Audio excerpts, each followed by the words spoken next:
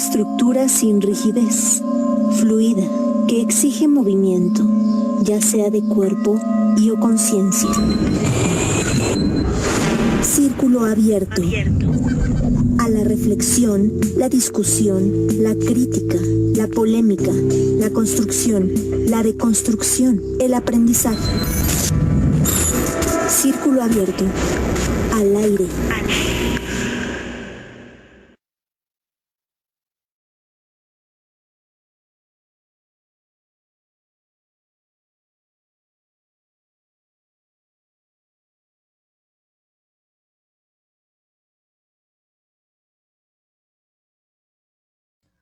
Ahí está, nos escucha el micrófono. Muy buenas tardes, estamos en esta nueva transmisión del Círculo Abierto.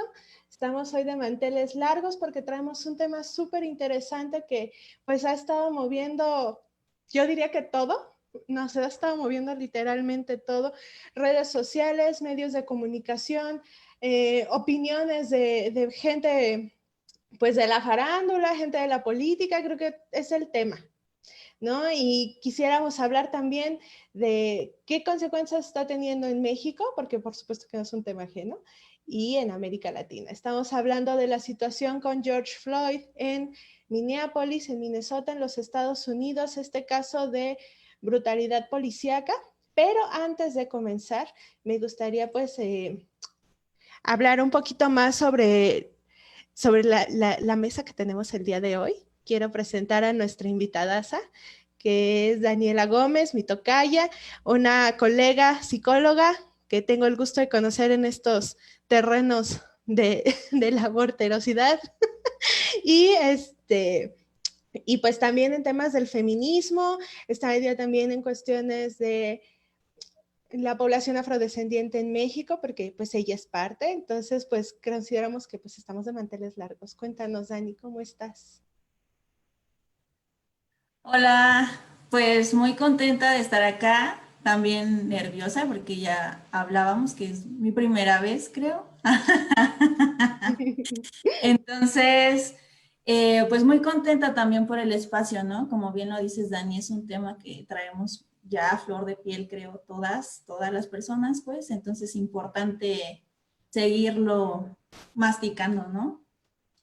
Por supuesto que sí. Muchas gracias, tocaya. Ceci, ¿cómo estás? Buenas tardes. Hola, ¿qué tal? Danis, Diana, Reina, pues muy contenta el día de hoy de estar aquí con ustedes y sí, como dicen ambas, pues un tema que nos ha, digamos, como acompañado, bueno, yo creo que en términos históricos desde hace muchísimos años, pero en términos como de más actualidad, pues desde hace 2 semanas, ¿no? Y que hemos traído pues en todo tipo de conversaciones, tanto en las conversaciones cotidianas como con los colegas, las colegas y me parece que es como un buen momento para seguir en la reflexión. Entonces, pues muy contenta. Gracias, Ceci. Diana, ¿cómo andas? Pues también aquí muy emocionada ya para mí nuestra primera transmisión en vivo. También pues considerando que es un tema muy amplio, que como lo decía Ceci, no solamente es de ahora, sino que este tema es de muchísimos años atrás y que precisamente visibiliza las distintas violaciones a nuestros derechos humanos, ¿no? Que tienen mucha relación con lo que es la normalidad, con lo que es lo hegemónico, con lo que son los roles y los estereotipos. Y pues ya lo iremos viendo en lo que es el transcurso de hoy. Y pues la bienvenida a darle a Dani también, a la otra Dani, que nos está acompañando. Muchísimas gracias, Diana. Y ahorita puras Danis. Y Reina, ¿cómo estás? Pues muy contenta, como decía Diana, de poder transmitir en vivo. Ojalá pues el público que nos esté sintonizando pueda escribirnos, también pues hacerse partícipe de este espacio y pues dándole la bienvenida a Dani, también a Daniela pues en este espacio. Creo que efectivamente tenemos mucho que analizar alrededor de lo que está detonando en Minnesota y sobre todo en Minneapolis, perdón, y sobre todo poder analizar que si bien ha sido detonante, sobre todo en un ámbito que es la visibilización de problemáticas que tienen profundas raíces históricas. Muchísimas gracias, Reina. Y coincido, no podría coincidir más con todas. Esto, si bien viene a ser un detonante, no es una problemática nueva. Esto tiene connotaciones históricas importantísimas y que, pues bueno, nos lo vino a recordar, además en un momento de mucha efervescencia social, donde creo que todos los sentimientos que tienen que ver con las grandes inequidades en un montón de temas, pues están a flor de piel. Y creo que eso precisamente es lo que está como alzando tantos ánimos, tantas intervenciones sobre muchas cuestiones y que bueno, tuvo desafortunadamente también aquí una situación que también de la que vamos a hablar con el caso de Giovanni en Jalisco. Pero bueno, para empezar, ¿qué fue lo que pasó en Minnesota? ¿No? Creo que eso es importante hablarlo. El pasado 25 de mayo, en el vecindario de Powderhorn, en la ciudad de Minneapolis, Minnesota, como resultado del arresto de este señor George Floyd, que hoy día en paz descanse, 4 policías locales lo detuvieron de una manera brutal. Uno de los policías recargó su rodilla en el cuello de George y bueno, tuvo un desenlace fatal. En pocos días el hecho generó pues una gran oleada de indignación y protestas a lo largo de todo Estados Unidos en contra de lo que llamamos racismo, la xenofobia, la brutalidad policíaca hacia ciudadanos afroamericanos en Estados Unidos y pues las protestas también se han estado extendiendo a otras ciudades del mundo. Dani, quisiera que nos hablaras un poquito, pues, de este contexto histórico, de precisamente lo que estábamos hablando, de que esto no es algo nuevo, no es una novedad, desafortunadamente, es algo que tiene que ver con unas grandes raíces históricas en los Estados Unidos, pero que no es exclusivo de este país, ¿no? ¿Quisieras hablarnos un poquito de este contexto histórico de violencias? Sí, Dani, pues bueno, también antes de comenzar, justo hacer como pues la aclaración, siempre me es necesario hacer la aclaración de que lo que comparto en los espacios donde soy invitada justo es eso, ¿no? Como mucho a partir desde la experiencia personal y desde lo que yo he construido para mí, pues, ¿no? Y que también con mucho gusto comparto para seguir en la construcción colectiva, ¿no? Y en esta crítica y movilización colectiva también.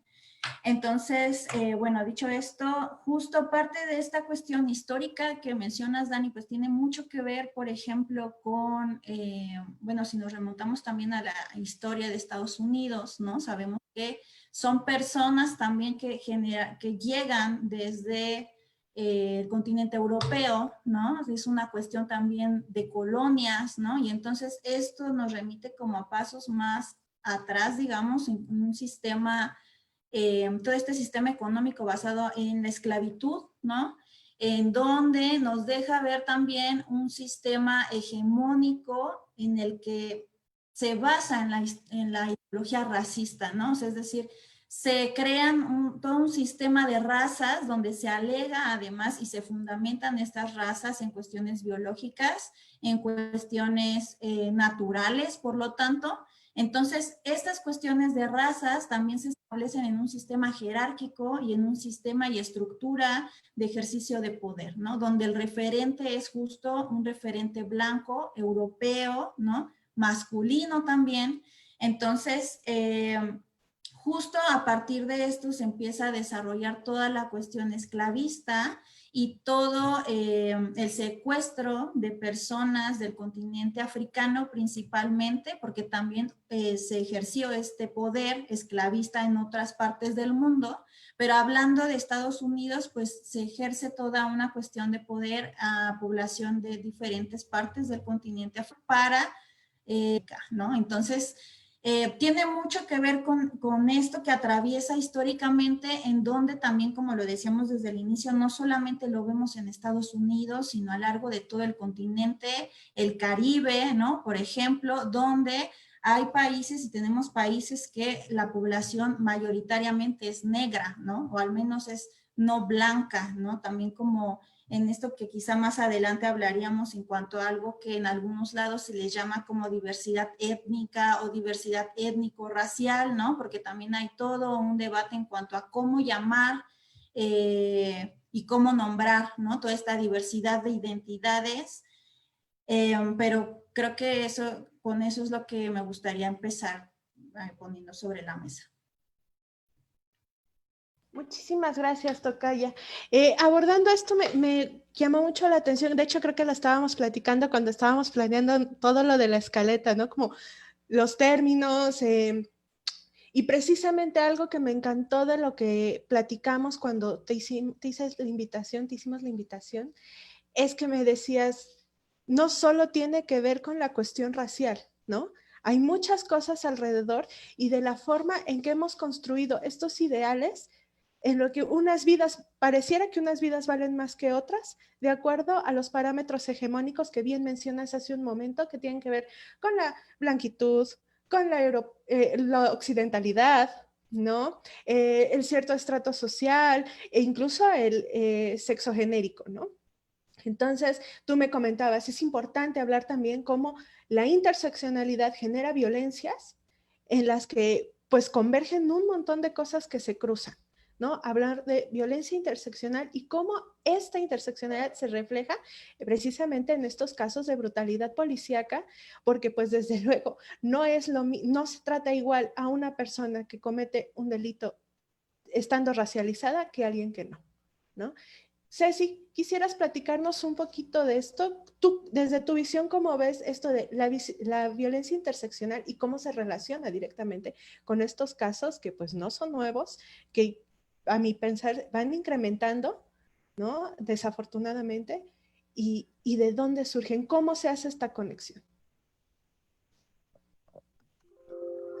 Bueno, yo creo que son preguntas complejas y como un poco lo decía Dani hace un rato, pues no tienen como una respuesta lineal, digamos, o como una respuesta única, ¿no? Sino más bien que van como encontrándose diferentes parámetros de valoración que hacemos de las personas. Y Dani comentaba como ya la parte histórica de cómo hemos ido construyendo estas nociones de quién es una persona que es valiosa y valorada para la estructura social y quienes no, ¿no? En ese sentido.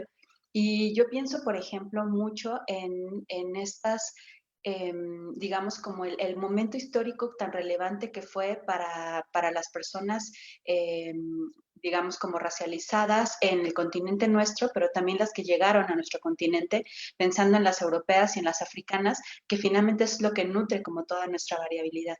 Y en ese sentido creo que la parte justamente de la colonia es lo que también sienta las bases de estas diferencias, estas distancias que vamos estableciendo entre las personas, que además cumplen con lo que ya decía Dani, esta parte de sostener todo un sistema político y económico basado precisamente en estas diferencias, ¿no?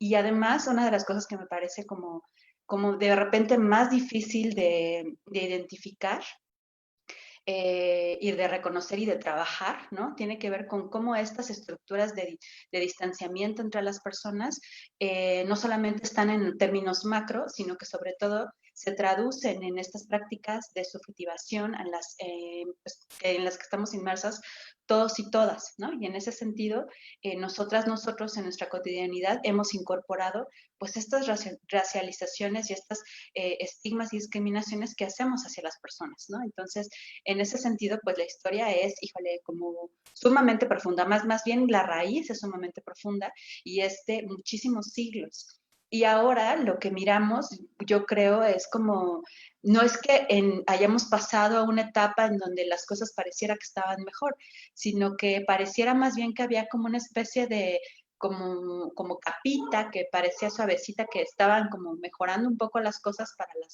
para las personas. Sin embargo, gracias a la voz poderosa justamente de algunos personajes, pues abre, ¿no? Como esta cloaca que pareciera ahí como tapujada, ¿no?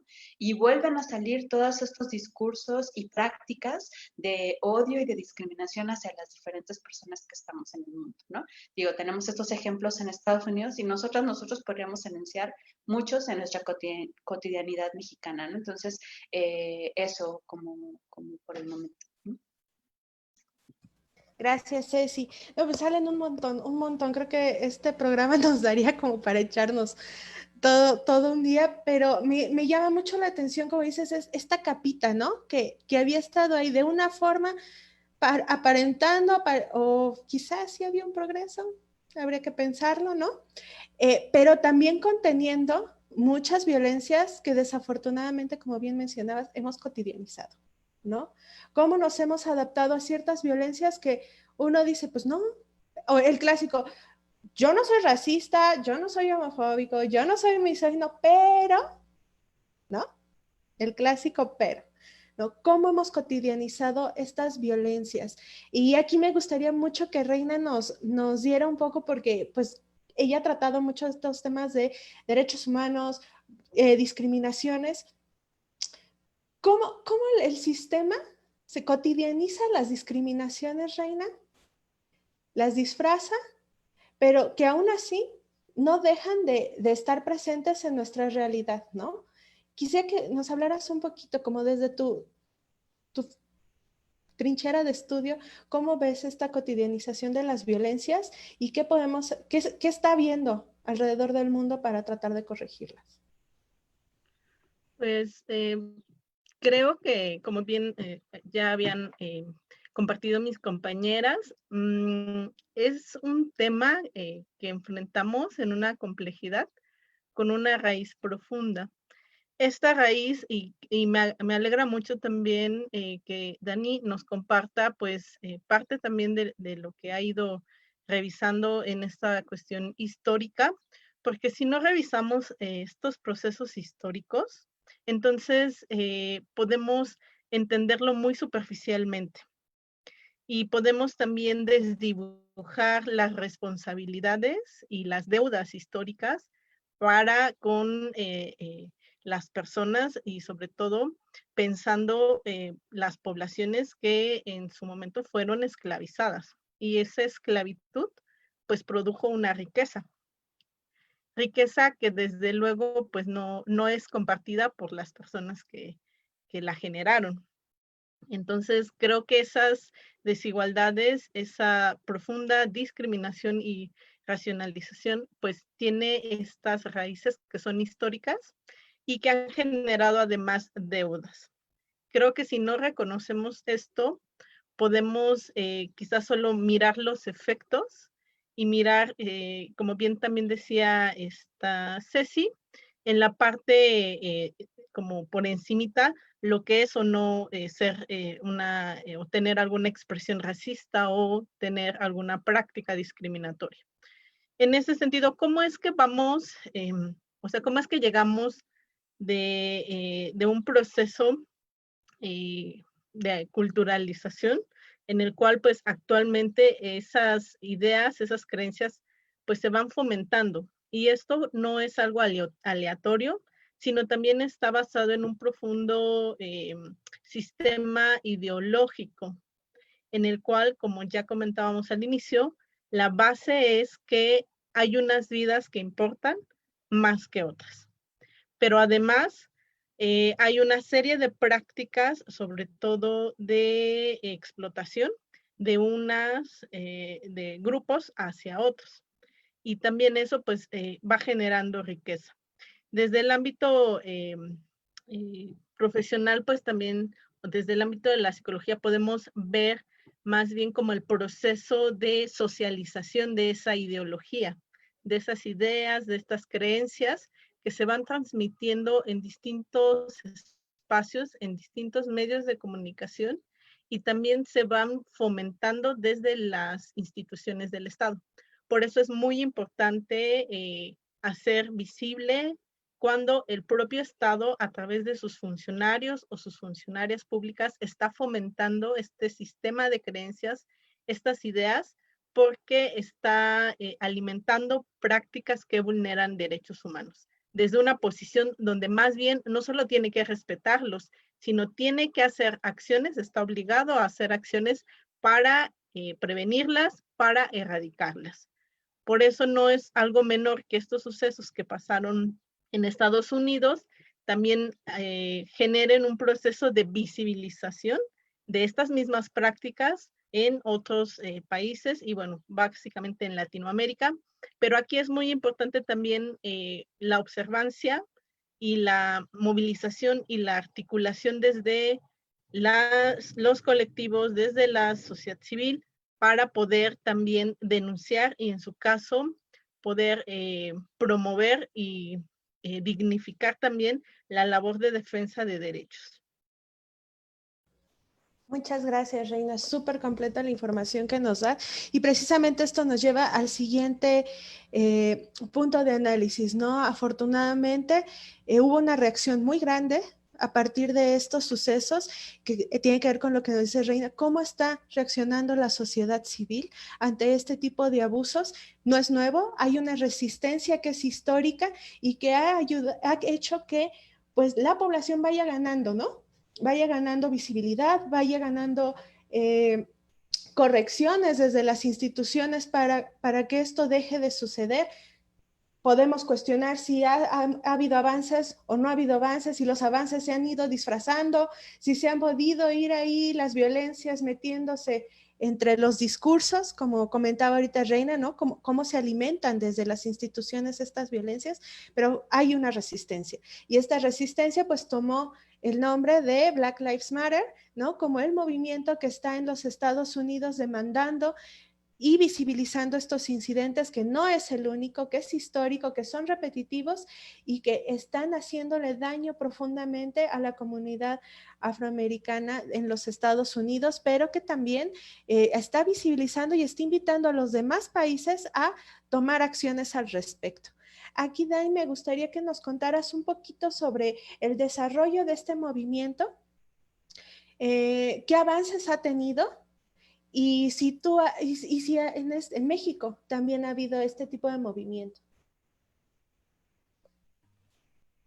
Sí, pues retomando parte de lo que justo las compañeras comentan, todas estas estructuras o sistemas de ejercicio de poder, de opresión, las encontramos en diversos niveles o en diversos ámbitos en nuestras vidas, ¿no? O sea, desde justo como lo nombrabas también, Dani, la cuestión de nuestra vida cotidiana, pero también súper importante que es algo institucional, o sea, es algo estructural, ¿no? Si no vemos todos estos sistemas, todas estas dinámicas y maneras de relacionarnos como algo que se mueve en los distintos niveles, también como lo comentaban, vamos a tener solo una visión súper limitada o muy parcial o muy superficial de esto, ¿no? Parte de lo que implica la opresión y toda la violencia policial que hemos visto y que es lo que se ha señalado en las últimas semanas, tiene que ver con la custodia de estas estructuras o de estas instituciones, ¿no? De ejercicios de poder y de garantizar que quienes se encuentran en la parte superior de esta jerarquía puedan mantenerse ahí, ¿no? Y que quienes quizá nos encontramos debajo podamos encontrarnos ahí y que estos niveles superiores a los nuestros se vuelven también como algo aspiracional, ¿no? También hablábamos del colonialismo, de la blanquitud, ¿no? De justo hace rato estaba en un espacio también virtual donde se hablaba de la colonialidad como una ideología que se hereda, ¿no? Que quizá históricamente podríamos pensar que el término, o digamos más bien la época colonial terminó, pero es importante saber que la ideología colonial continúa, ¿no? Y está en constante mutación, al igual que todas las, digamos, maneras de resistencia que hemos tenido, tanto individual como colectivamente, ¿no? En ese sentido, creo que ha sido como muy visible también todo el movimiento afroestadounidense, ¿no? Justo en la historia, desde el momento en el que se funda Estados Unidos como colonias, posteriormente como un país, ¿no? Creo que la presencia de la población negra y todo el movimiento y resistencia ha estado presente, incluso en el propio feminismo, ¿no? Retomando de nuevo esta cuestión de la interseccionalidad, toda la herencia y todo el trabajo que hemos recibido de las feministas negras estadounidenses, que justo son quienes construyen y abonan mucho a esta cuestión de la interseccionalidad como diferentes sistemas de opresión que operan al mismo tiempo, ¿no? Este término ha tenido también como muchas críticas en cuanto a que quizá digamos una imagen muy representativa de este término ha sido como carreteras que se cruzan cuando más bien no es que solo en algunos puntos se crucen, sino que ocurren todo el tiempo al mismo tiempo, ¿no? Esto también tiene que ver mucho con las posturas, digamos, las diferentes posturas, porque hay quienes ejercen como esta crítica, ¿no? También hay mucho desde el feminismo decolonial que también surge mucho a partir de población negra, ¿no? Hablando también ya de otras poblaciones negras en otras latitudes, por ejemplo, del continente, ¿no? Entonces, creo que esta herencia común, ¿no? O estas vivencias comunes de opresión bajo estos diferentes sistemas es lo que hace que lo ocurrido en Estados Unidos a finales de mayo haga tanto eco en diferentes partes del mundo, ¿no? Entonces, también como lo mencionabas, Dani, esto evidentemente no es ajeno a México, porque la cuestión de la identidad negra o afrodescendiente o afromexicana o identidad morena, identidad prieta, ¿no? También depende del espacio, depende de la latitud, depende del lugar geográfico, ha tenido diferentes procesos de construcción de estas identidades y de las propias resistencias, ¿no? E incluso se van construyendo, creo, a la par, o sea, son identidades que surgen desde posicionamientos políticos, porque incluso antes yo de nombrarme o autoescribirme como afro, yo ya sabía y yo ya tenía identificadas vivencias de discriminación, ¿no? En mi cotidianidad. Entonces también algo que mencionaban es como esta cuestión que parece muy superficial en México, como muy sutil, ¿no? Algo que también decías como, no, pues es que aquí en México no hay racismo, porque además aquí no hay negros, ¿no? Pero pues la mayoría somos prietos o somos no blancos, ¿no? Pero sigue habiendo esta ideología aspiracional a lo blanco, ¿no? Incluso yo recuerdo mucho, por ejemplo, mi mamá es de la costa, entonces yo recuerdo mucho cómo se pelean, ¿no? Se peleaban entre quién era más prieto, porque entonces era como el que era más prieto era el más jodido o la más jodida, ¿no? Y también como esta disputa en algunas zonas entre población indígena y población afro, ¿no? Al llegar personas esclavizadas negras junto con europeos colonizadores, justo ejerciendo esta violencia contra poblaciones, digamos, nativas a los territorios a los que llegaban, pero finalmente, pues bajo el mismo yugo, ¿no? Y bajo el mismo sistema de opresión. Entonces, evidentemente no es ajeno a México. Hay diversos estudios en cuanto a discriminación racial en el país. Gran parte se han enfocado, por ejemplo, en población indígena.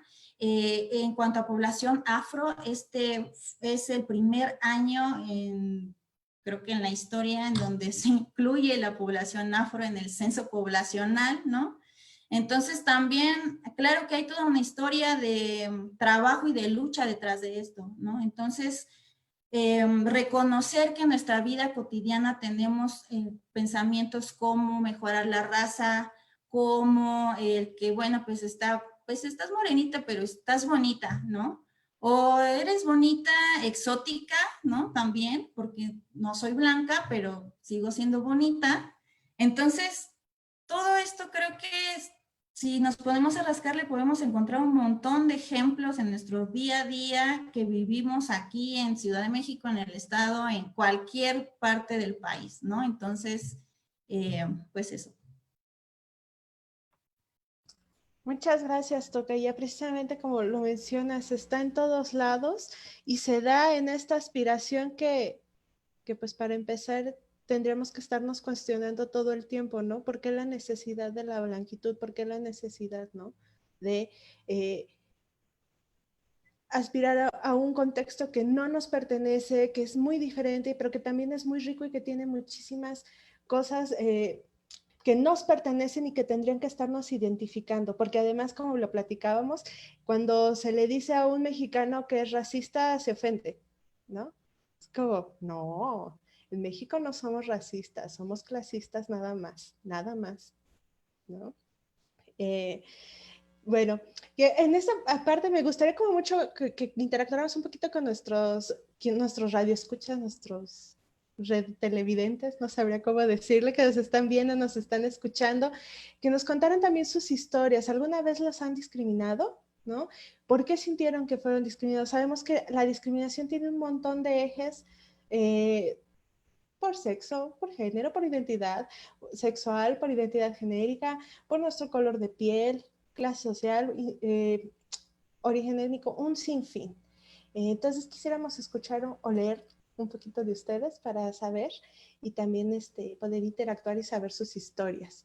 En este contexto que estábamos hablando como de estas resistencias y de que no es ajeno a México, pues tuvimos precisamente el mismo 25 de mayo, en la misma fecha de George Floyd en Jalisco, Giovanni, un albañil, estaba circulando y al parecer cuatro policías, curiosamente también, como en el caso de George Floyd, se acercan a Giovanni y le dicen que está en una falta administrativa debido a que no estaba portando el cubrebocas, ¿no? Y que esto tenía que ser obligatorio. Él comienza a hablar, hay un video donde están forcejeando y también culminó con el deceso de Giovanni y que también empezó a movilizar a la población en Jalisco y que se están extendiendo las protestas al respecto.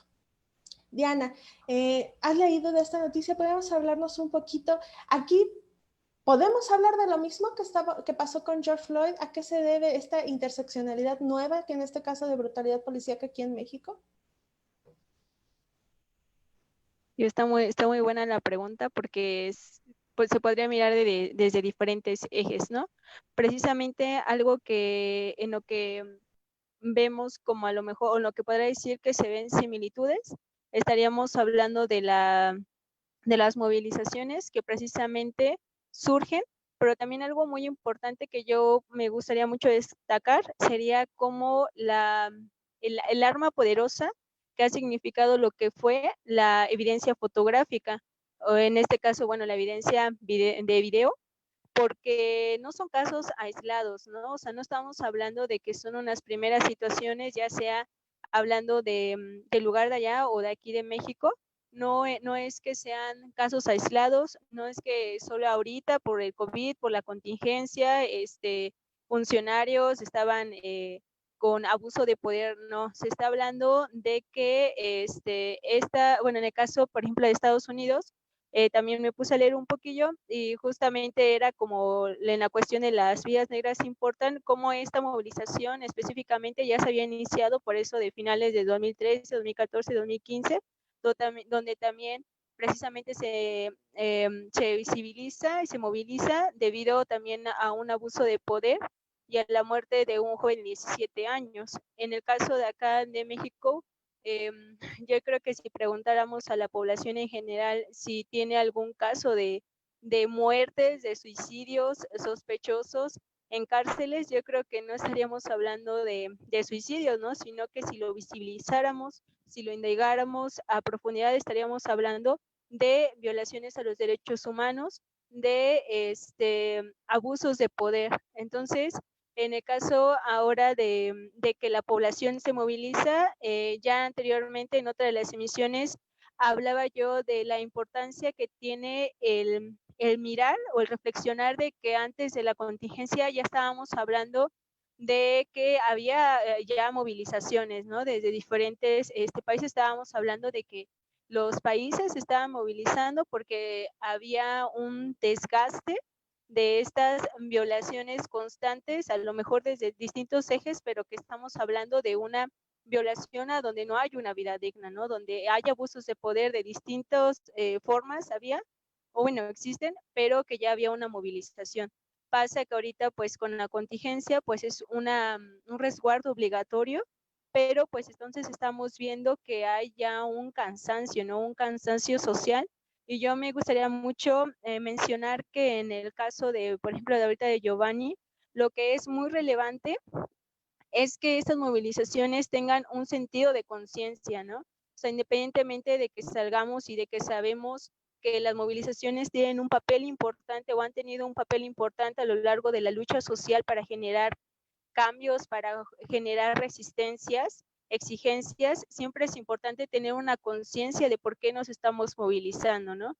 Tener una conciencia de no revictimizar, porque por ahí algunos comentaban, o lo que había tenido de datos de información, era que que ya la familia que la familia no la encontraban, pero que muchos de los que están en las movilizaciones eran como acarreados, ¿no? Entonces es muy importante mirar que en las movilizaciones vamos a encontrar de todo, ¿no? Vamos a encontrar a quienes nos llevan, a los mal llamados anarquistas, que ni siquiera va por ahí, tendríamos que hablar de qué sería el concepto de anarquismo, pero pues estaríamos hablando de no estigmatizar las movilizaciones, al contrario, sería mirar por qué la gente se está levantando a decir alto a los abusos de poder, ¿no? Entonces, en el caso de Giovanni, que no creo que sea un caso aislado, estamos hablando de que la sociedad estamos viendo cómo estos abusos de poder son tan evidentes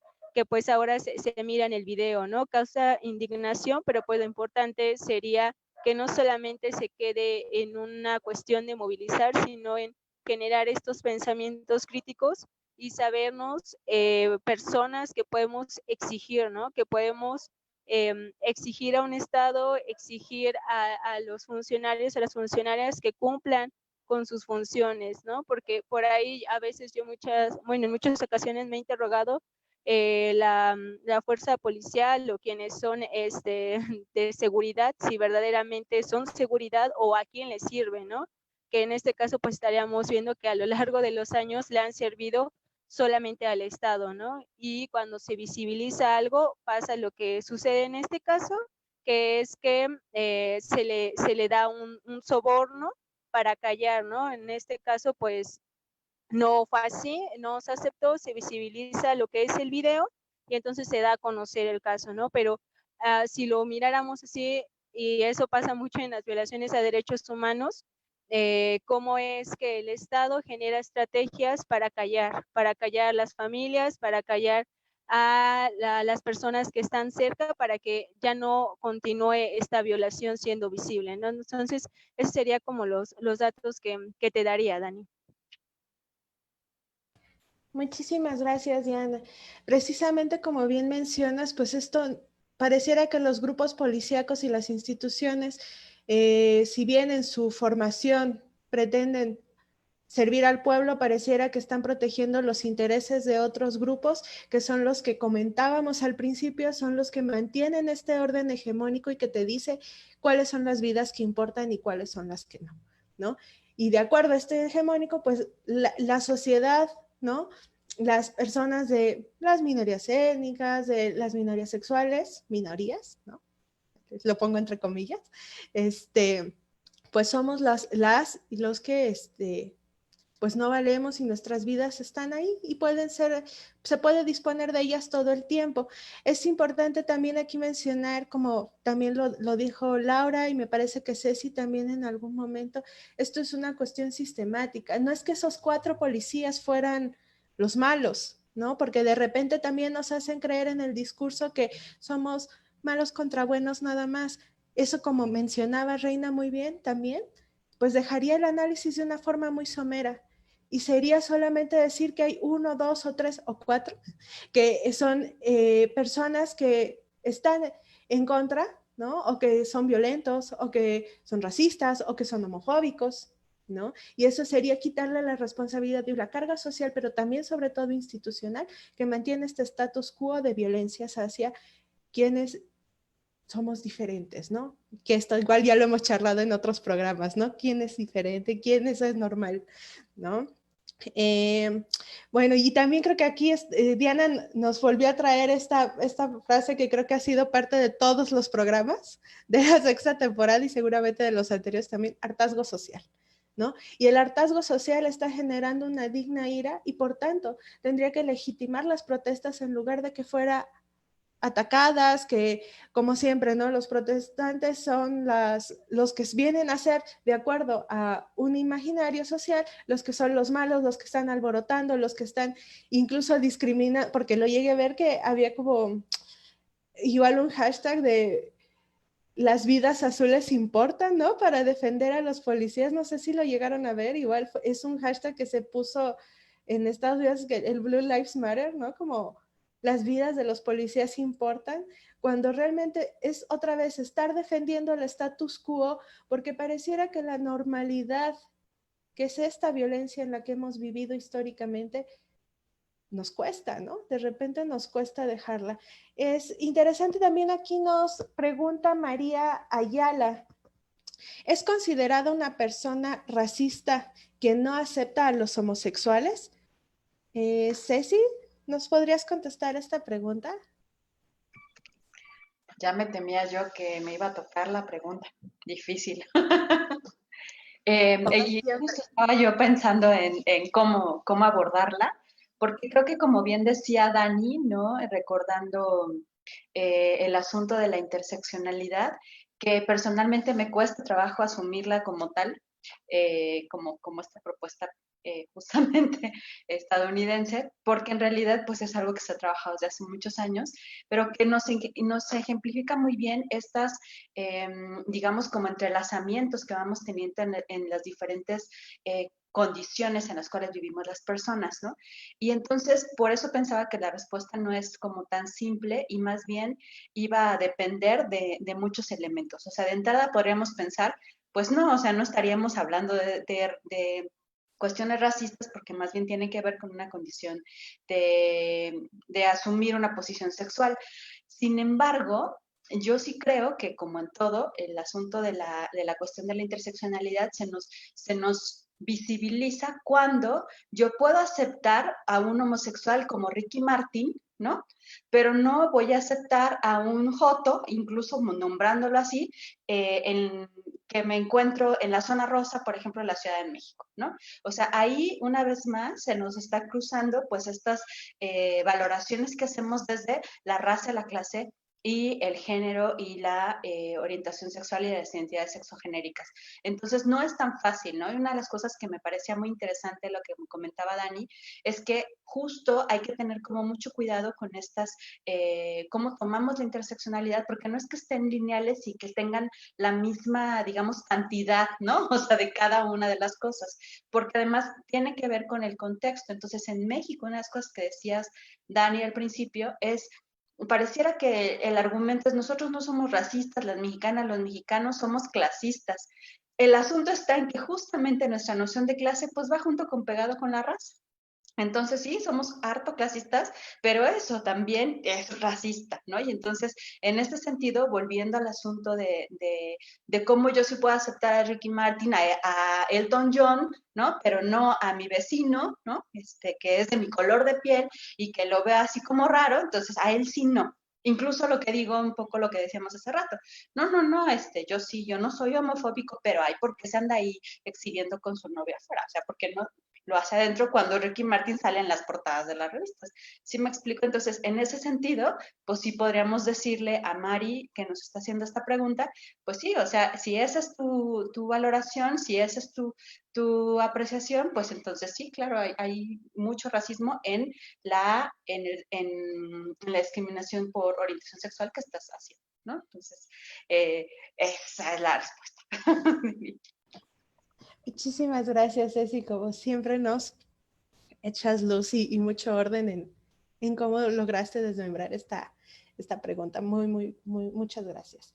Y bueno, aquí nos queda como qué es lo que se viene, ¿no? ¿Qué va a pasar? ¿Va a pasar algo? ¿Creemos que esto va a tener mayor... bueno, no me gustaría decir la palabra consecuencias, ¿no? Porque me parece que tiene connotaciones negativas, ¿no? Pero es como impactos, más bien. ¿Habrá más impactos a futuro? Por lo que yo he visto, las protestas están en aumento. Cada vez hay más estados en los Estados Unidos que están teniendo las protestas.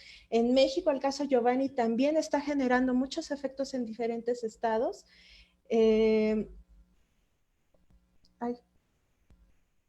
Perdón, estaba leyendo el chat. ¿Qué efectos está teniendo? ¿Qué efectos va a tener? La verdad es que ha tenido un montón de repercusiones bien interesantes. Una de ellas que podemos mencionar pues, es la intervención de Anonymous, posterior a la situación con George Floyd, una intervención sumamente interesante, ¿no? Que puso en jaque muchísimas cosas. En primera, pues hacer este cuestionamiento como, parecido al que hemos estado teniendo aquí, como las estructuras de poder, pues tienen estas otras estructuras chiquitas que están para defenderlos, ¿no? En lugar de defender a la sociedad. y pusieron pues en jaque pues, a la policía de Minnesota, subieron todos los números, los correos electrónicos, amenazaron con subir más videos de este tipo de intervenciones de brutalidad policíaca tan terribles que están acabando con muchísimas vidas. Subieron datos de Trump que tienen que ver con pederastía y trata de menores, incluso salió por ahí embarrada la realeza inglesa, ¿no? Un montón de cosas bien interesantes y pues a mi parecer es el principio, ¿no? Como bien decía Laura, la verdad es que la contingencia vino a ponerle una pausita a todo pues toda esta convulsión social que estaba viniendo desde finales del año pasado, pero pues no le veo que vaya en pausa. La verdad, en Ecuador ha empezado a haber también nuevas olas de protesta y pues creo que esto va a seguir. Dani, ¿qué nos puedes contar de esto? Cuéntanos ya lo último que tengas y de estas protestas que se vienen. ¿Qué ves? Pues, no sé, justo me quedé pensando mucho en esa pregunta también desde que estábamos viendo como los puntos a abordar, ¿no? Creo que, como lo mencionas, yo estoy de acuerdo en cuanto a que, o sea, se me figura como una especie de caldero, ¿no? Como una cloaca que empezó a destaparse y de una manera muy, para mí fue acelerada y fue sorpresiva en el sentido también de todo este como contexto de la contingencia, del resguardo, ¿no? Incluso platicando con amistades que viven en Estados Unidos, me decían que estaban como muy, muy conmovidas porque era como, yo pensé que la gente no iba a salir y salió, ¿no? Y no solamente salió, sino resistió y se manifestó de diferentes maneras. Entonces yo espero que eso continúe justo como por todo el eco que generó, ¿no? Que es lo que hemos estado platicando. Al menos yo he estado como también más en contacto con mucha gente que está dentro del movimiento en México, que también es toda una onda, ¿no? Y la generación y la creación de más espacios como en el que estamos ahora, ¿no? Donde justo pone sobre la mesa el ya no negarnos a ver cómo es nuestra situación mexicana ante el racismo y todo lo que está pegado, ¿no? Como dice Cecilia, y que lo vivimos todos los días y que también como lo decías, Dani, hay mucho hartazgo respecto a muchas cosas, respecto a muchas expresiones de estas violencias que nos trastocan a todas las personas de diferentes maneras, ¿no? Depende de las circunstancias de cada una, pero creo que estamos trastocadas siempre por este tipo de sistemas. Entonces, eso, yo creo que van a seguir como la creación de estos espacios para posicionamientos, para estrategias, para intervenciones también, ¿no? Para aterrizajes de estas cosas que vemos en otras latitudes a nuestras realidades, ¿no? Y nombrarlas también, o sea, seguir nombrándolas creo que es algo ya súper importante porque ya no podemos echar paso atrás, ¿no? O sea, incluso yo lo siento mucho como esa obligación para conmigo misma de atender lo que está ocurriendo, porque es construcción no solo para mí, sino en colectividad, en comunidad, ¿no? Entonces eso llevado a un nivel macro creo que nos dejará como mucho. Habría que ver también las contrarrespuestas del propio Estado, de la propia institución, del propio sistema, ¿no? Pero creo que al menos hay como mucha intención para seguirle entrando, ¿no? Sí, tienes mucha razón. Me encantó esta última parte en la que mencionas, ¿no? Como, muy bien, sí, a nivel social creo que estamos en un punto de inflexión, ¿no? La sociedad como la vivimos, la pensamos, pues ya no puede seguir así. Ya ha llegado el momento de que todos y todas todes nos repensemos, nos reimaginemos y nos demos cuenta de que pues esto ya no es sostenible. La vida como la aprendimos a vivir no es sostenible ya, ¿no? Pero sobre todo, y lo más interesante va a ser ver qué van a hacer las instituciones a partir de todas estas convulsiones en el sistema de salud, en el sistema jurídico, en el sistema judicial. ¿Qué van a hacer las instituciones para que precisamente no se estanquen y no tengamos por qué regresar a la normalidad como la conocíamos, ¿no? Esta nueva normalidad tiene que aplicar en todos los niveles, no nada más con nosotros como ciudadanos, ¿no? Si bien es muy importante, pero también a nivel institucional. Y precisamente hablando como de lo que decías de la cuestión en México, ay, no la sé pronunciar. Angélica nos manda una pregunta muy interesante que me gustaría si Reina nos pudiera apoyar contestando. Nos dice, ¿cómo creen que se da la relación de nación con la ideología de racismo? Y después una pregunta bien buena que aquí nos lanza producción para que la analicemos.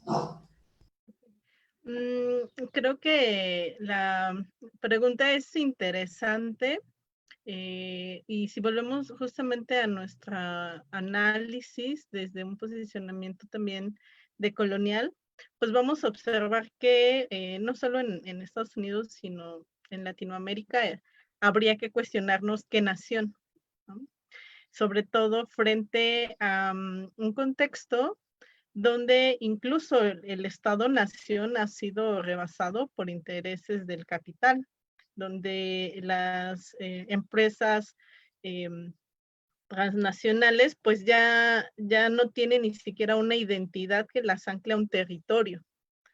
Entonces, en ese sentido, pues pudiéramos quizás cuestionar el propio término de nación y eso en relación a pues el racismo.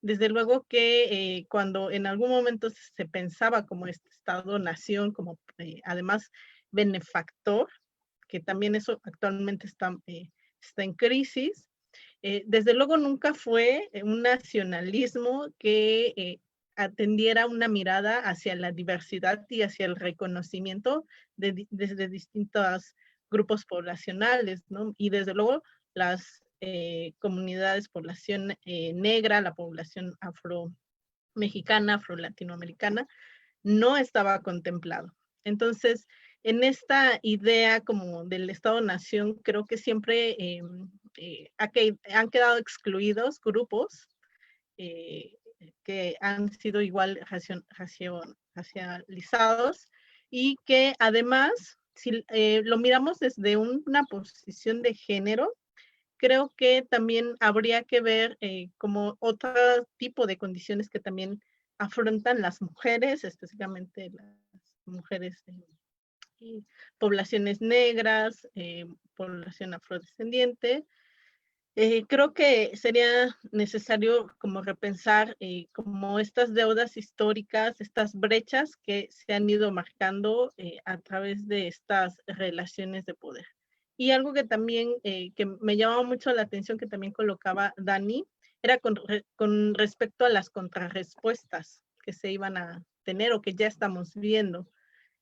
Creo que lo que pasó en el caso de Giovanni nos muestra nuevamente, sí, el hartazgo social, como ya comentaba Diana, pero también la misma política represiva frente al ejercicio de derechos. Creo que también hoy más que nunca un derecho que está en juego y que tenemos que reivindicar es el derecho a protestar. Protestar es un derecho, reprimir es un delito. Y en ese sentido, la protesta y este derecho también cruza por cuestiones de género. Lo vimos en ambos casos, tanto en Minneapolis como en México, como si quien protesta o si se protesta por una situación de abuso policial que deriva en el asesinato y en una violación finalmente de derechos humanos por parte de un aparato judicial. De pronto hubo una ola de reacción y de simpatía también en México y ante las protestas frente a esos hechos. Sin embargo, en el caso de las protestas, por ejemplo, feministas, donde se utilizan como estos mismos actos con un sentido político, fueron descalificadas. Entonces, creo que esa situación también nos enfrentó a mirar y a tener que reconocer una situación de género en a quién se le permite protestar y por qué. Y en este caso creo que como mujeres no tenemos permitido el derecho a la protesta, ¿no? Y menos si implica como este tipo de actos o acciones con un sentido político. ¿Por qué? Porque también hay una razón de género en relación a eso. Entonces creo que también esta serie de protestas, de manifestaciones, también hay que reivindicar en nuestro derecho a la protesta y también reivindicar que como mujeres tenemos también esta posibilidad y este derecho de protestar con actos que envíen mensajes políticos de manera muy específica y que a veces pues estos no son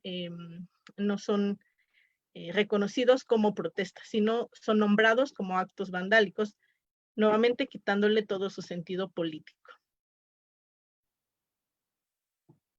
Gracias, Reina. Aquí antes de pasar a la pregunta de temor que traíamos hace rato, precisamente me hizo pensar, Reina, en la legitimación de las protestas, ¿no? Cómo hay protestas que incluso valen más que otras, ¿no? Incluso entre personas que sufren discriminación, hay quienes sufren más discriminación que otras, ¿no? Que tiene que ver con cómo validamos, ¿no?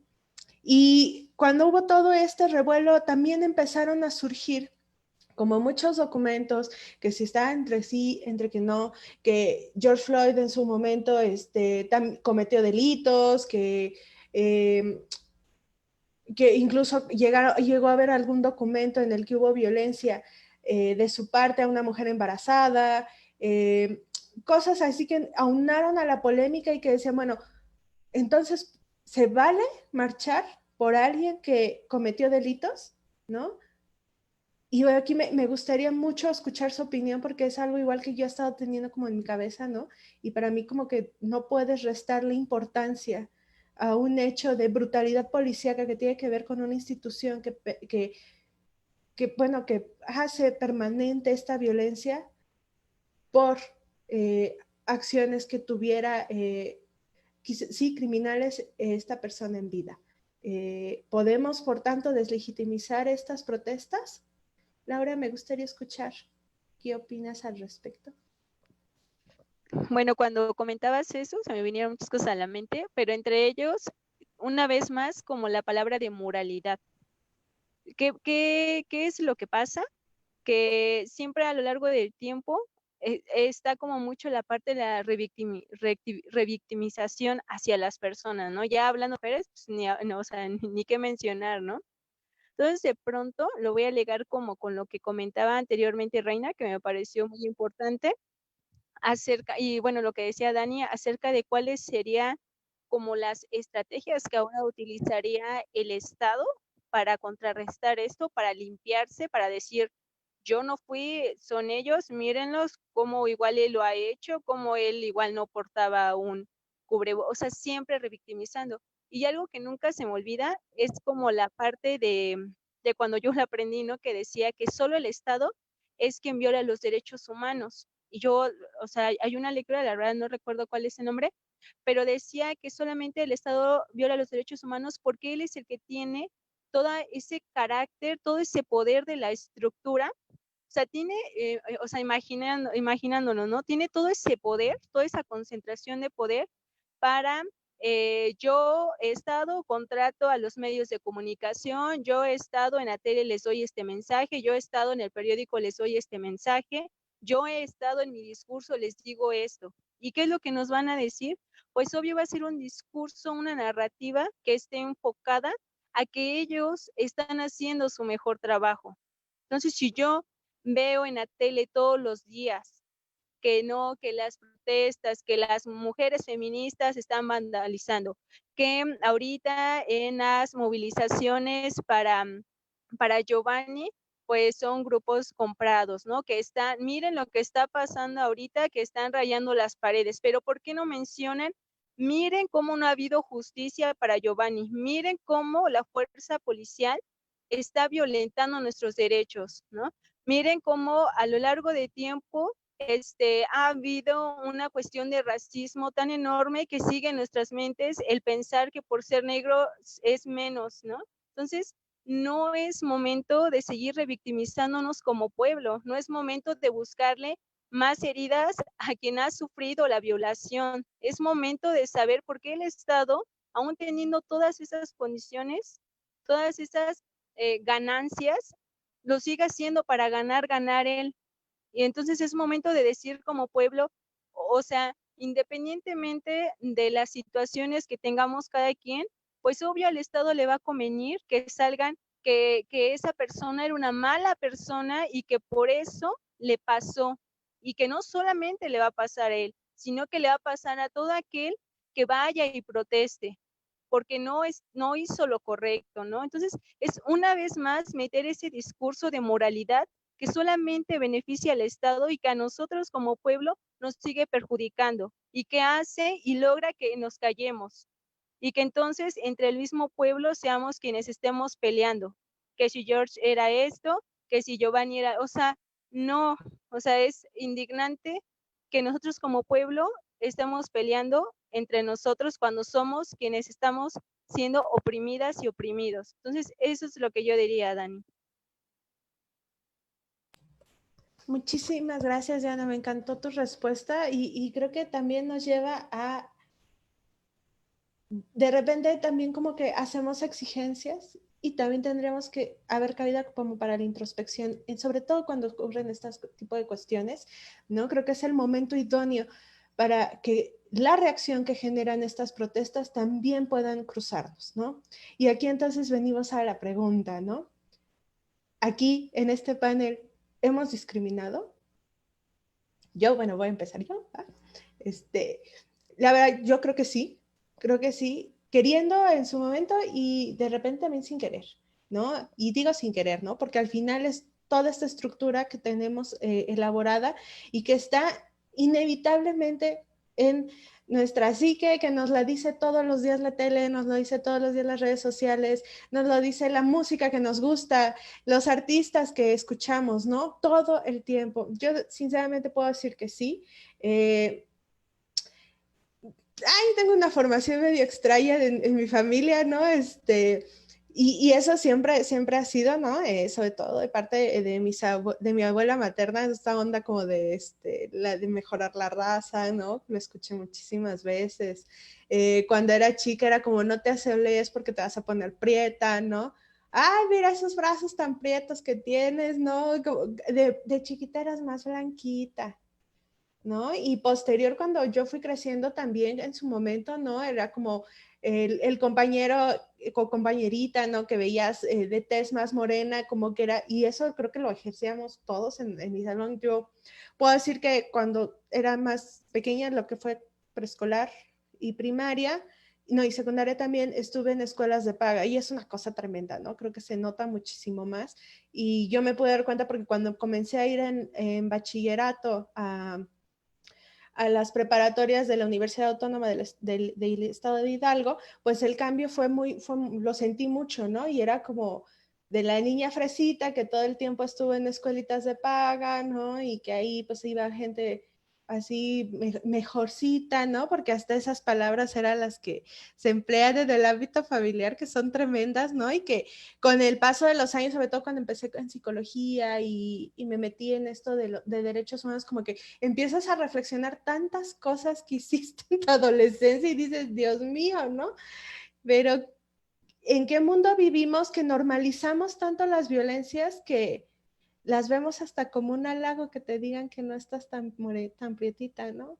Que te ves más blanquita con esa ropa, ese color te hace ver más blanquita. Esos aretes que traes te hacen ver más delgadita, te adelgazan la carita. No uses ese color de lápiz labial porque te ves bien prieta. No uses esa ropa porque es de jodidos, ¿no? Entonces, un montón de cosas que uno se va dando cuenta en el análisis y que, pues bueno, desafortunadamente no todos tenemos la oportunidad de generar, ¿no? Y que aún así yo personalmente creo que es un viaje que no se acaba, ¿no? Porque esta sociedad está así y nos alimenta el racismo, nos alimenta la homofobia, la misoginia, todos los días, a cada segundo, todo el tiempo. Entonces, yo sí me reconozco como una persona que ha llegado a discriminar. Espero con el estudio, el análisis, el activismo, que quiero pensar que cada vez es menos, ¿no? Y espero que sea así, porque pues yo también estoy en esta sociedad y también soy mexicana y también he sufrido discriminación, ¿no? Entonces hay que hacer como la reflexión, si tú sufres discriminación, la has sufrido, la has dolido, te ha molestado, pues no puedes hacerle lo mismo a las demás personas. ¿Alguna más valiente que quiera contarnos sus historias? A ver, Dani, échate. Toca y después Ceci. Ay, bueno, primero un poco me voy a regresar un poquito para meter mi cuchara en la pregunta de la nación, el concepto de nación y racismo, ¿no? Porque sí se me hizo una pregunta súper interesante y también como muy bueno el cómo Reina lo plantea, ¿no? Desde qué naciones estamos hablando. También creo que justo este concepto de nación como imaginario, hablando al menos en el caso de México, a mí me remitió mucho al mestizaje, ¿no? El cómo se crea, sobre todo a partir de la revolución, todo este concepto de la nación mexicana y de cómo todas las personas somos mexicanas por igual, y entonces se pretende homologar o hacer como una homogenización de todas las poblaciones y por lo tanto de toda la diversidad cultural, social, identitaria, ¿no? Entonces creo que sí es un concepto súper importante porque justo hace unos días, por ejemplo, también me acordé de una pelea ahí, ya saben, virtual en redes que tuve con un señor donde justo negaba la existencia de la población afro en el país diciendo como es que esas son tonterías, todos somos mexicanos, ¿no? Todos somos iguales, entonces ¿de qué me estás hablando? No quieras venir aquí a segregar el pueblo mexicano. Entonces el decir y nombrar y visibilizar, reconocer que nuestro país está compuesto por diferentes poblaciones culturales, históricas, identitarias, étnicas, ¿no? Tiene que ver con reconocer esa diversidad como pueblo mexicano, ¿no? Pero también creo que mucha gente se va a ese otro extremo de que más bien lo traduce como un intento de segregación cuando es todo lo contrario, ¿no? Y también esta persona decía, bueno, es que ¿de qué estás hablando? El Estado mexicano, en este Estado mexicano todas las personas somos iguales y tenemos los mismos derechos, y entonces fue como no saber si reír o llorar porque era de qué realidad me estás hablando, ¿no? O sea, hay un sinfín de realidades donde esto que tú estás diciendo no aplica, ¿no? Entonces creo que es como un concepto también muy importante a repensar en el caso de nuestro país, ¿no? Y hablando también, o respondiendo a la pregunta, sí, también he discriminado, ¿no? Como ante esta pregunta me remito como muchos recuerdos en cuanto a mí misma, ¿no? O sea, cuestionamientos a mí misma de yo desde niña tener claro que la niña bonita del salón era la niña más blanca, ¿no? Donde yo tener claro que al salir de la universidad en ciertas ofertas laborales quienes iban a tener mayor posibilidad eran mujeres blancas, ¿no? A comparación conmigo. Entonces, sí identifico mucho como este recelo también de yo saber que el mundo en el que me muevo funciona así, ¿no? Donde hay una diferenciación a partir de cómo yo me veo y de este referente blanco que hay, ¿no? Al que es justo al que le damos más validez, tal cual como dices, el usar incluso un barniz de un color que me hace ver más prieta, ¿no? Y hasta que en un momento fue, pues, que me vea hasta más chido, ¿no? Para mí ahora a partir de este posicionamiento, pero ha sido como todo un proceso también, e incluso algo que podría verse como del otro lado, es como este referente que hay incluso en cuanto a la identidad negra, ¿no? O sea, pieles muy oscuras, con cabello súper rizado, crespo, o sea, ya ni siquiera rizado, ¿no? Entonces era como, incluso en este proceso de yo definir si soy afrodescendiente o no, al inicio era como obvio no, porque no soy negra, sino soy morena, y entonces, y no vivo en una comunidad que históricamente tiene un lazo más directo, podríamos llamarlo así, con población africana esclavizada, ¿no? O sea, como todos estas ideologías y estereotipos en los que constantemente nos estamos moviendo, y que creo que más bien eso, ¿no? O sea, si nos podría dar, por ejemplo, esta identidad afro, que yo sea considerada como una persona más exótica, ¿no? Y para algunas personas eso podría ser positivo. Seguimos hablando de etiquetas, ¿no? Seguimos hablando de estereotipos y de algo con lo que se me está adjudicando y se está dando por hecho hacia mí, y tengo claras muchas experiencias de eso hacia mí misma, ¿no? Entonces, sí, es un proceso constante y que quizá no termine, porque todo se va construyendo también y transformando, pero creo que pues nos pasa a todas, ¿no? En ese sentido. Muchas gracias por compartirnos, tocaya. Ceci. Gracias. Y yo quisiera, bueno, contestar estas preguntas y también incluso la última que plantea la producción, a ver si da chance, ¿no? Como de hacerlo. Y creo que una de las cosas que quisiera decir tiene que ver con lo que Daniela menciona respecto de creo que lo voy a retomar en términos de la blanquitud, ¿no? Como de qué tan blanco eres y este parámetro con el que nos vamos midiendo constantemente las personas. Y en esta cuestión de la blanquitud y la racialización, pues no solamente tiene que ver con el color de piel, ¿no? Sino como, ese sería nuestro referente inmediato, sino también con otros valores y otras características que se nos van exigiendo a las personas para poder ser evaluadas en términos de justamente qué tan blanco, qué tan apropiadamente persona puede ser, ¿no? En ese sentido, yo creo que reconocer esto que dice Dani al respecto de no solamente las acciones discriminatorias que yo he ejercido hacia otras personas, ¿no? Que puedo nombrar varios ejemplos en este momento, sino también las que me he hecho a mí misma. Y entonces, en ese sentido, una de las cosas que yo ahora analizo de mi vida, ¿no? Porque también ha sido eso, ¿no? O sea, no es como tan fácil agarrar y decir, ah, sí, sí, claro, discriminado, o sea, cuesta trabajo, ¿no? Porque uno pasa porque quiere ser buenita, ¿no? Entonces, esa parte de andar diciendo, ay, sí soy una discriminadora, pues no queda bien. Pero llega un momento en que necesitas hacer esa reflexión para poder transitar precisamente al asunto de cuestionar y de poder decir, no, ya no podemos seguir por ese lugar. Entonces, en ese sentido, una de las cosas que más me ha costado en la vida tiene que ver con el asunto de la clase, ¿no? Y entonces es esta cuestión, bueno, y decíamos en México es clase, raza juntas, ¿no? Entonces esta cuestión de no aceptar como ciertas expresiones culturales, por ejemplo, yo recuerdo en mi adolescencia renegaba de la cumbia, ¿no? Porque esa es la cumbia que, ¿no? O sea, y en ese momento es cuando dices, claro, es una expresión cultural, pero era así totalmente fuera de lo que se supone que a mí me tendría que gustar, ¿no? Entonces la cumbia no, la lucha libre no tampoco, entonces, y a la gente que le gustaba la lucha libre yo la veía así como diciendo, ay, qué falta de cultura, ¿no? Y eso es discriminación, ¿no? Entonces voy haciendo este tipo incluso con quienes elijo tener amistades, también está atravesado con el asunto de la clase. Hace poquito, no me voy a balconear tanto porque sería balconearles a ellas también, pero hace poquito de repente recordaba de que, ¿por qué elegía yo tener esas amistades en la facultad? Cuando yo decía, híjole, o sea, está bien cañón, ¿no? O sea, como esta reproducción de estereotipos de clase que ahora ya no me cuadran, pero que por supuesto que en algún momento me hace sentir parte de una élite y parte y valorada, ¿no?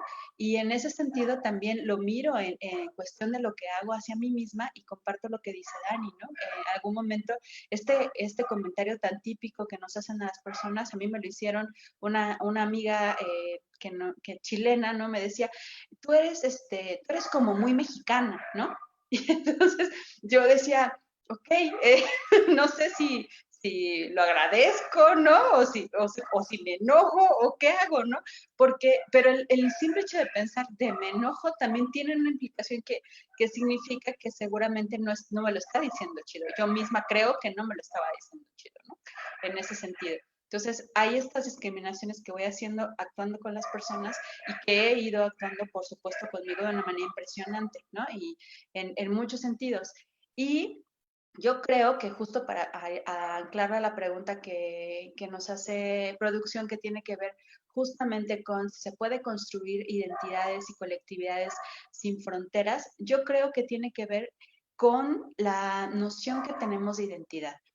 Si la identidad la estamos pensando desde lo individual, entonces es muy complicado y ese justamente me parece que es uno de los retos que en este momento como sociedades tenemos que traspasar. O sea, no puedo seguir pensando en que lo importante es mantener solamente la identidad individual, porque entonces desde ahí no se puede construir colectividad. Sin embargo, si nuestras identidades en realidad nos sirven, como lo han dicho muchas personas, para ir andando por el mundo y justamente tratando de modificarlo y transformando y hacerlo desde la acción política, por supuesto que se pueden construir identidades y colectividades sin fronteras cuando no invisibilizo digamos, como las intersecciones o las diferencias, pero puedo encontrar justamente aquello que me hace pensar que si se modifica algo, nos modifica y nos beneficia a todas las personas. Desde ahí, yo creo que sí. Si le seguimos dando importancia desde la valía individual, yo creo que va a ser muy complicado, ¿no? Entonces, eso para mí, para ir concluyendo. Muchísimas gracias, Ceci. Precisamente, producción nos hacía la pregunta si es posible construir identidad y colectividad sin fronteras. ¿Alguna más que quisiera contestar esta pregunta? Reina, por supuesto. Ah, y Laura también, ok. Primero Reina y luego Laura. Y después quería mencionar aquí unos comentarios que nos está haciendo la audiencia. Gracias. Muchas gracias, Dani. Creo que también a esto que ya comentaba Ceci, y creo que lo voy a hilar con la pregunta que nos lanzó también la producción, respecto a si es discriminado. Yo creo que sí, y justo pensaba, creo que me reconozco en muchas de las prácticas y frases que ya también han ido compartiendo, o sea, también me reconozco totalmente en ellas, y agregaría una que justo creo que es indudable que tengo que trabajar, pero también a nivel colectivo, y una es que tiene que ver con la invisibilización de la discriminación y de estas prácticas racistas, porque creo que también eso son prácticas que no solo no permiten trabajar sobre esto, sino que permean y obstaculizan también el reconocimiento de la problemática. Entonces, en ese sentido, creo que en historia personal me he enfrentado a esto, ¿no? Como ubicar como reconozco estas prácticas de invisibilizar la discriminación por motivos de raza, ¿no? Que no quiere decir que no tuviera estas prácticas, sino más bien en no tener como filtro como para poder identificarlas y que no solo, lo estaba pensando, no solo es parte de mi adolescencia o parte de una etapa como de desarrollo anterior, sino, o sea, lo identifico en el presente, ¿no? Y esto también me gustaría hilarlo con la pregunta que nos hace la producción sobre si es posible esta cuestión de construir identidad y colectividad sin fronteras. Yo creo que es complejo, no quiero ser pesimista, pero creo que para que estemos siquiera como en ese punto, tenemos que atender dos condiciones esenciales. Una es justo generar condiciones donde las personas podamos acceder al ejercicio de derechos en igualdad de oportunidades. Y eso, además, no va a pasar si no atendemos un tema de justicia, porque no es como un borrón y cuenta nueva, sino también ha habido una serie de prácticas, de sucesos, de violaciones a derechos humanos, de situaciones que han llevado a la explotación, a la marginación, pero también a procesos donde los estados han tenido responsabilidades. Y creo que si no vemos ese tema de justicia, es complejo poder pensar como en construir esta cuestión de construir identidad y colectividad sin fronteras, porque en ese en esa intención podemos nuevamente desdibujar las condiciones de desigualdad, las condiciones de explotación, las condiciones de esclavitud que todavía se viven, y pensar que solamente tiene que ver con como con la voluntad de las personas o incluso de los estados. O sea, creo que el daño que se ha tenido a lo largo de la historia, pues ha sido, o sea, se han generado daños y que se requieren reparar. Es un derecho elemental de las personas y de la dignidad humana, ¿no? La reparación, y esa reparación no tiene solo que ver con la persona que fue afectada directamente, sino también con familias, con pueblos, con comunidades, y creo que tener este escenario y este horizonte, pues es también importante para poder reflexionarnos, pues también desde estas condiciones en las que cada uno, cada una, pues vive estos procesos. Muchas gracias, Reina.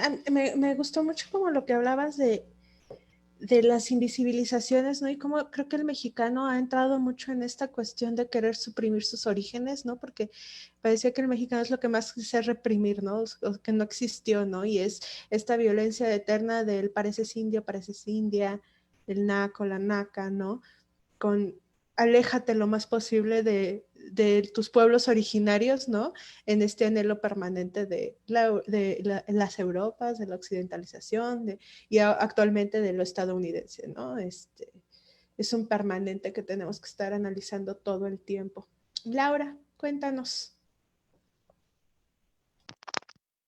Bueno, antes de hacer mi confesión, sí me llevó mucho a reflexionar lo que me comentaba, bueno, Dani, Ceci y Reina. Y también me vino como a la mente el claro ejemplo de ahorita de lo que es lo del Tren Maya, ¿no? Como los pueblos nativos, como los pueblos de allá son omitidos cuando es su propio territorio, ¿no? Y son oprimidos por la idea de que viene esta civilización, esta forma distinta de que puedan tener otras condiciones, cuando en realidad, pues entonces una vez más viene la idea colonizadora, viene el hecho de poder, principalmente pues México, como las capitales o ya los estados que ya son más industrializados o que ya tienen como más cuestión del comercio, como se van queriendo asimilar a lo que son los pueblos, bueno, a lo que es Estados Unidos, Europa, y cómo pasa precisamente eso ahora con el Tren Maya, donde pareciera que entonces estos pueblos nativos, esos pueblos de allá no tienen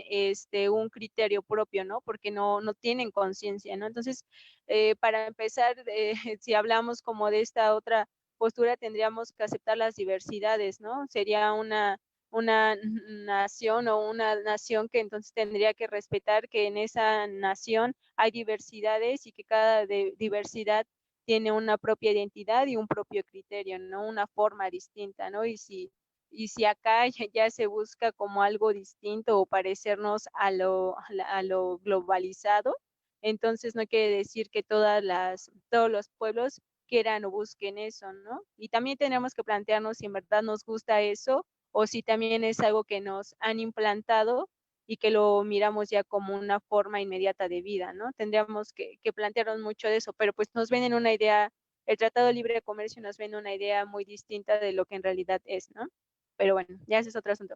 Y ya de lo de discriminación, ya me vino una muy buena a la mente, porque dije, ¿cuál voy a comentar? Pero ya tengo una muy buena, y es la de que yo siempre, y hasta la fecha ya estoy tratando de quitar eso de mi mente, pero discrimino a las personas que les gusta el reggaetón.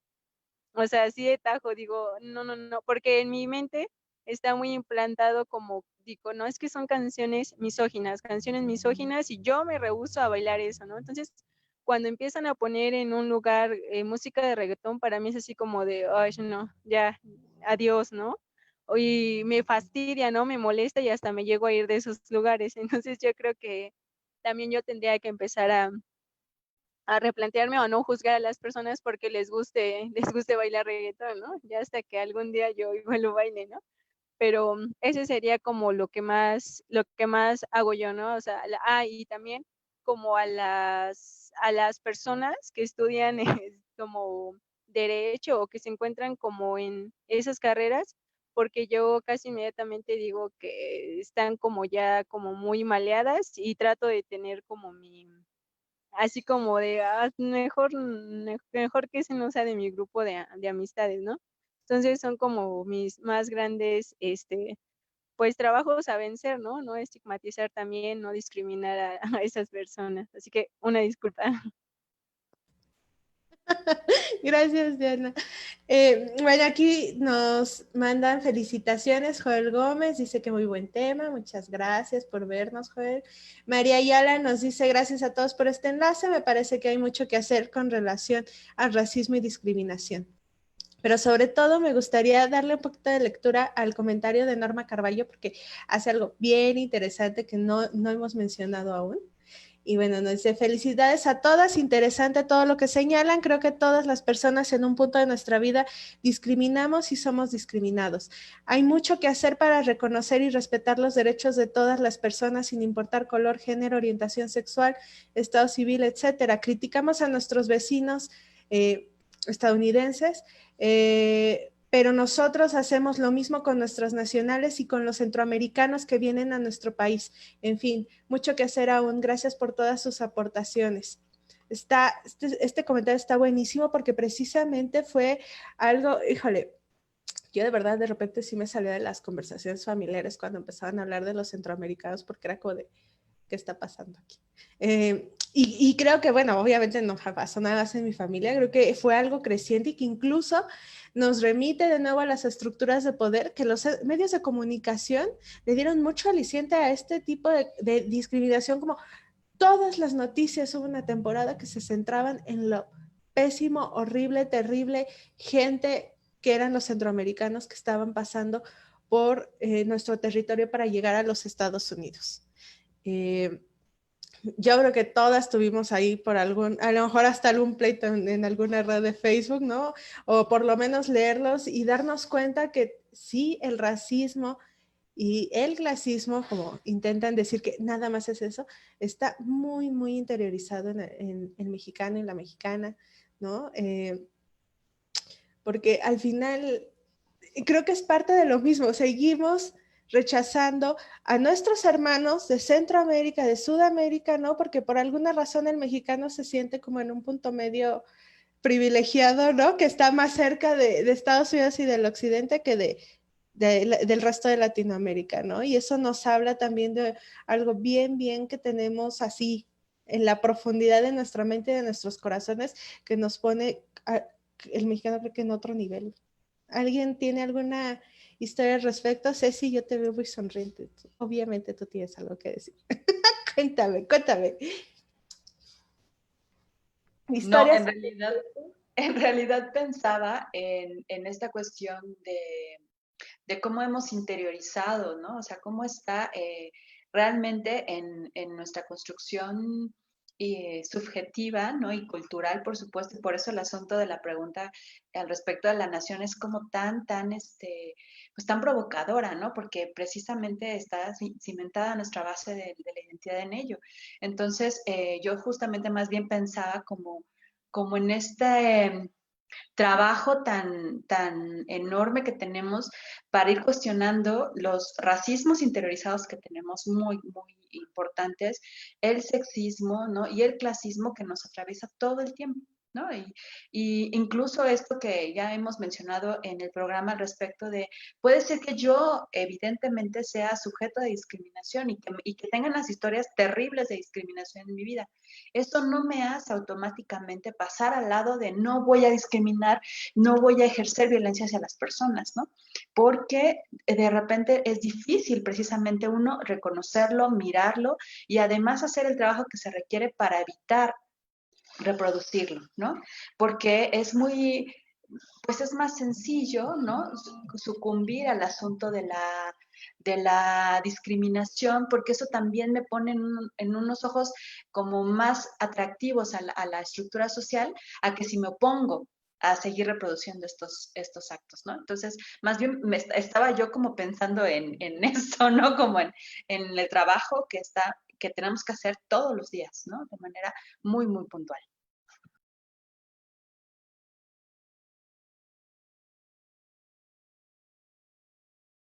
Ahí está. Creo que estábamos coincidiendo, por eso te preguntaba, porque sí, o sea, en efecto, creo que la mente nos empieza a trabajar porque nos reconocemos, ¿no? No solo de un lado, pero sino también del otro, ¿no? Como personas que hemos discriminado, analizando los orígenes de todas esas discriminaciones que nosotros también hemos llegado a hacer en algún momento, pero cómo también eso se viene hacia nosotros, y sobre todo algo que me gustó mucho, Dani, que dijo, es cómo incluso nosotros mismos hacia nosotros mismos, ¿no? Porque a veces podemos tener muy elaborada el cuidar el discurso, la reflexión que hacemos, la deconstrucción hacia afuera. Incluso es muy fácil detectarla cuando llega hacia nosotros, nosotras. Pero las propias discriminaciones que nos hacemos a nosotros mismos también están presentes, y creo que tenemos que estarlas muy, muy atentas, muy atentos, para que sea este ejercicio de reflexión sea global, ¿no?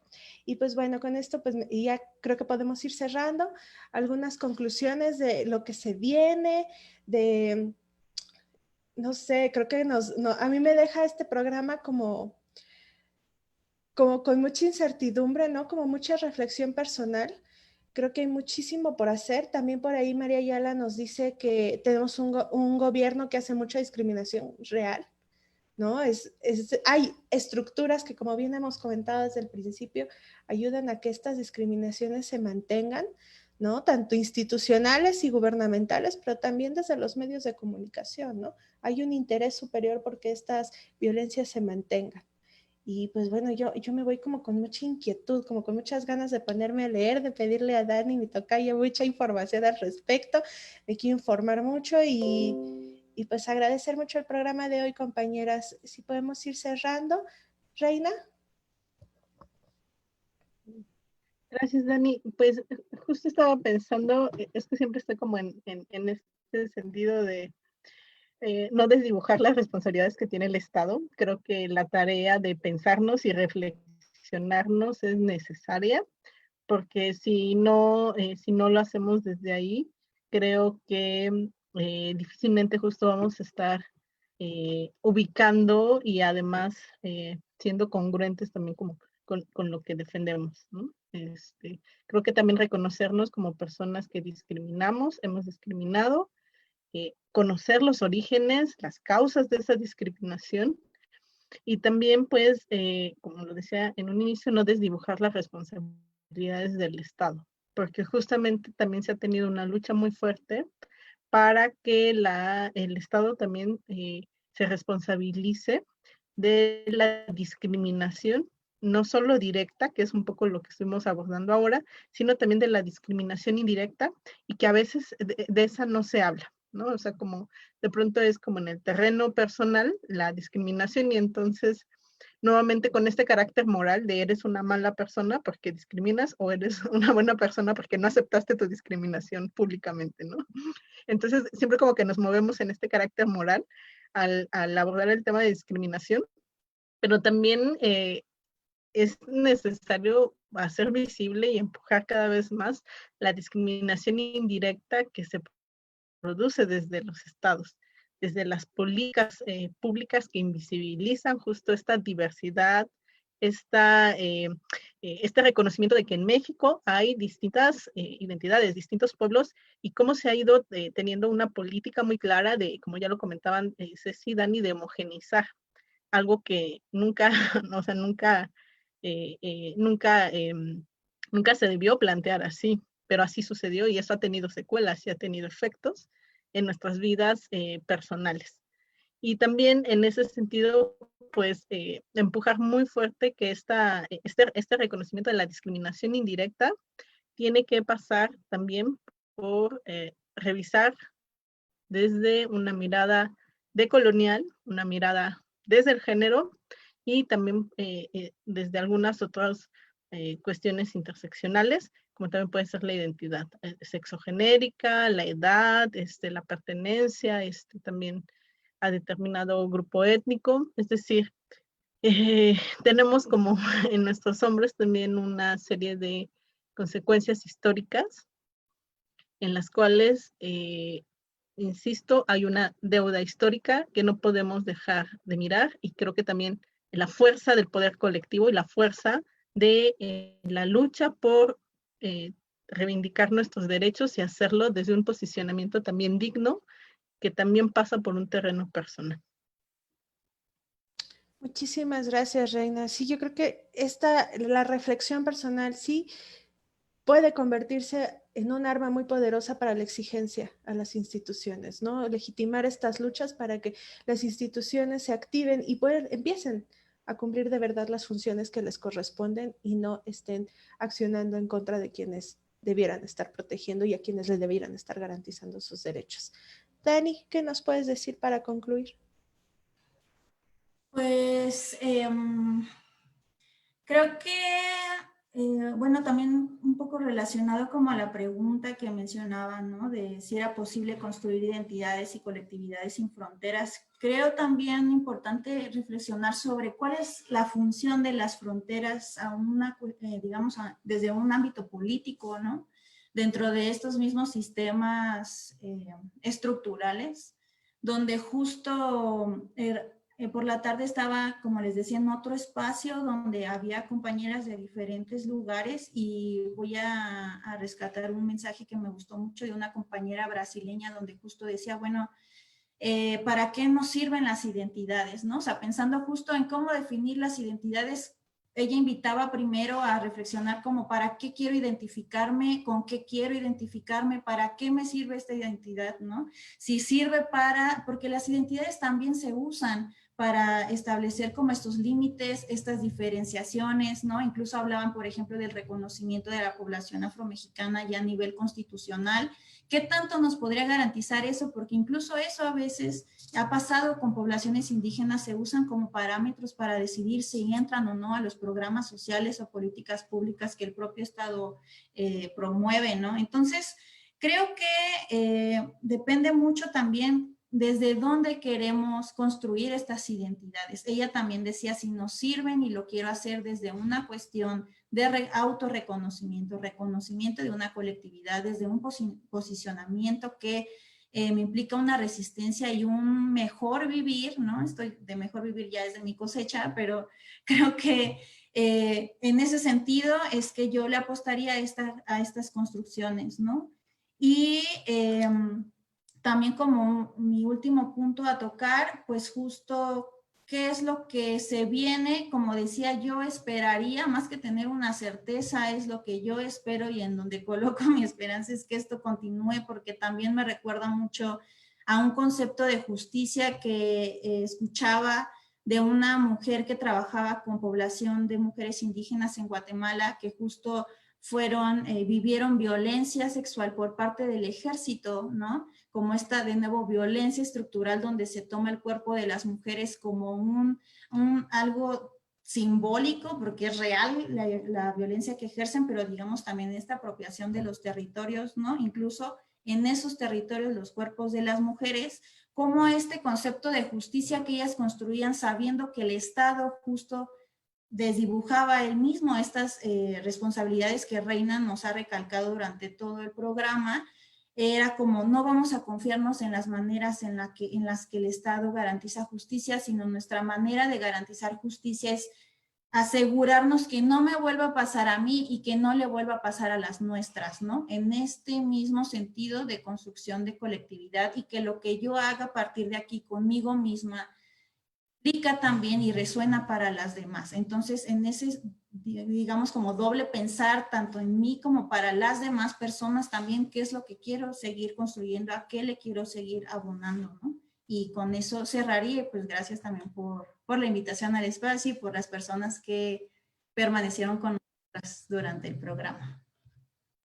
Muchísimas gracias, Tocaya.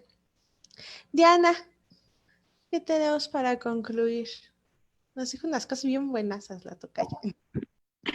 Sí, bueno, hace ratito que estaba investigando, me gustan unas palabras que aparecían en una de las notas, donde decía que George Floyd, antes de, bueno, o sea, como días antes, o bueno, que en una plática con uno de sus amigos, él mencionaba acerca de cómo este sistema, o bueno, decía que ese sistema no solo está hecho como para algún tipo de población, ¿no? No para todas las poblaciones. Y eso me hizo pensar cómo es que justamente eso es lo que pasa, ¿no? O sea, nos encontramos en un sistema que tiene necesidades, pero solamente para beneficio del propio sistema, ¿no? De quienes están dominado o dominan ese sistema, ¿no? Entonces, es como muy importante, o yo resaltaría la importancia de que nos demos esa oportunidad de, de no revictimizar, ¿no? De darnos la oportunidad de entender por qué el pueblo o parte del pueblo se está levantando, por qué alguien tiene que llegar hasta la condición de tener que rayar paredes, de tener que incendiar algo, porque no está hablando la nada, ¿no? Sino que está hablando la rabia. ¿Y por qué surge la rabia? Pues surge por algo que está pasando dentro, ¿no? Surge porque hay dolor, surge porque hay dolor ante la injusticia, porque no se está teniendo una vida digna, ¿no? Porque se ve cómo matan a nuestras amistades, cómo matan a la gente, cómo matan a los conocidos o conocidas, y no está habiendo justicia, ¿no? Entonces, es reflexionar por qué esas personas, por qué nosotras como mujeres, por qué la sociedad se levanta, ¿no? Y es importante no callarnos, no callar esa rabia, porque por algo existe esa rabia. Y entonces mirar quiénes son los causantes de esa rabia. Y si es el Estado porque no está siendo garante, pues entonces hay que exigir a ese Estado para que entonces dejemos de tener rabia por injusticias, ¿no? Entonces yo me quedaría con ese mensaje. Muchísimas gracias, Diana. Ceci. Sí, entrándole a la misma como secuencia, ¿no? de lo que han ido mencionando respecto de lo que han leído en el día y las frases que les queda. Yo leí hace algunas horas una frase que me parece que es importante, que tiene que ver con la subalternidad de ese espacio, de ese lugar, para hacerle frente a la hegemonía, ¿no? Y la subalternidad organizada y además crítica de las instituciones, de quienes sostienen estas hegemonías, que finalmente también estamos ahí justamente nosotros, y crítica hacia sí misma, ¿no? Entonces, en ese sentido, yo creo que el trabajo organizado, colectivo y consciente es fundamental, ¿no? Y entonces, pues eso, a seguir en este proceso de cuestionamiento y de ejercicio también de la rabia y de la exigibilidad de los derechos. Con eso me quedo. Muchísimas gracias, Ceci. Me encantó esa conclusión. Finalmente creo que es algo que ha distinguido mucho al programa de Círculo Abierto, ¿no? Hablar de la colectividad como herramienta muy, muy importante para derribar todas estas injusticias, cómo podemos legitimar nuestras luchas, cómo podemos seguir adelante. Y pues regresando también a cierta curiosidad que teníamos en otros programas, ¿no? Como esta empatía, este amor que podemos sentir por el otro, por la otra, por nosotros mismos, nos puede abrir grandes, grandes maneras de recuestionarnos, de repensarnos y tener nuevas sociedades que sean más amorosas, ¿no? Con esto nos gustaría concluir. Muchísimas gracias por estar ahí con nosotros, los que nos estuvieron todo el programa, los y las que estuvieron con nosotras todo el programa. Nos estaríamos viendo el próximo martes a las 7 de la noche. Déjenos ahí sus comentarios, si tienen alguna sugerencia, si quisieran escuchar algún tema en especial, pues aquí nos estaríamos viendo. Y también quisiera concluir con un agradecimiento una vez más a nuestra invitada de lujo, Daniela Gómez. Ojalá podamos vernos en otros programas y pues muy buenas noches.